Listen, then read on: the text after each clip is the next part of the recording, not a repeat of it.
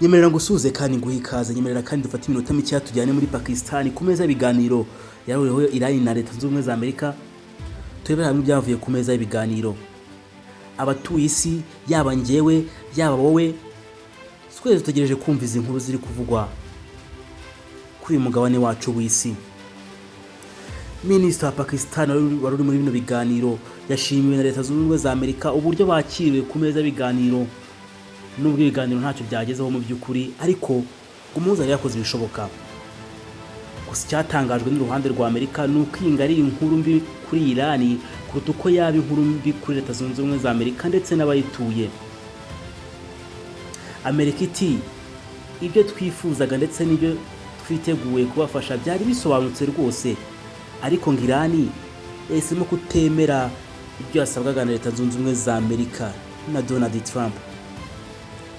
Ese ni iki mu by'ukuri cyaba cyanzwe kuri ameza y'ibiganiro? Nta kindi, Amerika irifuza ko Iran itagomba gutunganya ibisasu bya kirimbuzi yewe n'ibikoresho byifashishwa mu kubigeraho vuba. Gusa ariko ngo Iran iragaragaza ko nta bushake ifite bw'igihe kirambye. Vice Perezida wa Amerika wari witabiriye ibiganiro yagaragaje ko bagerageje korohereza Iran ariko ngo bikanga, intego nyamukuru ntigerweho.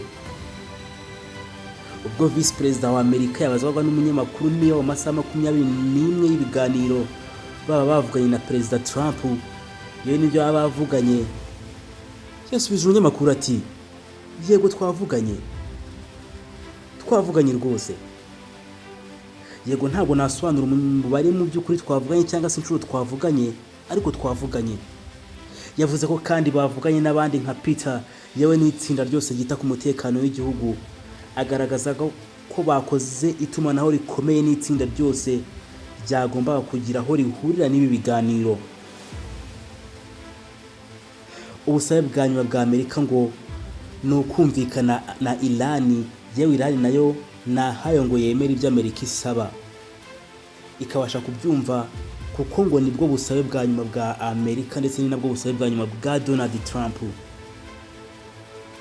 Ingingo zabaye nk'izinanirana muri bino biganiro hashingiye ku byo Vice Perezida wa Amerika yaganiriye n'abanyamakuru wari urakaye cyane. Hagaragaraga ko Amerika yanze gahunda ya Iran yo gutunganya ubutare bwa uranium yifashishwa mu gukora ibitwaro kirimbuzi ndetse n'ibyo yifuza ku muhora wa Hormuz.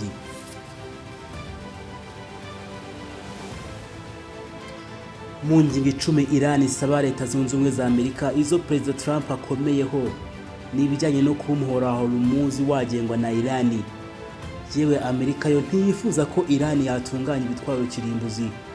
Ibyo Donald Trump avuga ko gutunganya ibitwaro kirimbuzi kwa Iran ari ugushyira isi mu kaga, mu gihe Iran nayo itsimbaraye kuba yagenga umuhora wa Hormuz. Yewe inavuga ko rwose ifite uburenganzira bwose bwo gutunganya ibitwaro kirimbuzi, mu gihe kandi bivuga ko ubwo bari ku meza y'ibiganiro Amerika yagerageje gusatira umuhora wa Hormuz bakoresheje ubwato bwa destroyer ngo bajye gutegura ibisasu biri munsi y'amazi ku ngufu.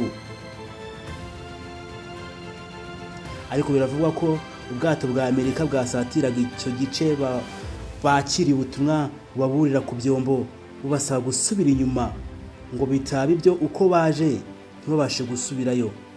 Ubwato bwa Amerika ariko bwabanje kugorana bwa gusubira inyuma, ariko nyuma y'akanya burakata busubira inyuma. Ese uku kutumvikana kuratugeza kuki? Iran se yo irava ku izima yemere ko ibyisabwa na Leta Zunze Ubumwe za Amerika kugira ngo ubukungu bw'isi bureke gutikirira mu muhora wa Hormuz ibikurikiza? Iran yikomeza gutangaza ko Amerika buri munsi ihindura ibyizana ku meza y'ibiganiro buri gihe. Umuhuza nka Pakistan we yatangaje ko icy'ingenzi kandi gikomeye ari uko impande zose zikomeza kugira ubushake, kuko nibyo byageza ku kuri isi yose ikeneye, ndetse n'ubwumvikane mu karere no guteza imbere inzira y'amahoro ndetse n'inyungu mu karere. Isi yose muri rusange, abatuye isi, ibiciro bikomeje kugenda byiyongera. Peteroli, ibikomoka kuri peteroli byose ibiciro byarazamutse. Byose ikibazo nta kindi ni ingingo nyamukuru yari iteranije abagabo bakomeye muri iyi si ku meza y'ibiganiro byaberaga muri Pakistani. Reka ngushimire wari uteze amatwi, twongere kubana mu kanya turebera hamwe ku isi ihagaze, biri kuvuga ku isi byose turakura mu kanya, kandi ndagushishikariza gukora subscribe kuri iyi YouTube channel yanyu y'Abanyarwanda mukuru amakuru yizewe. Ndabashimiye rero, Uwiteka abahire cyane, turabakunda. Ciao ciao.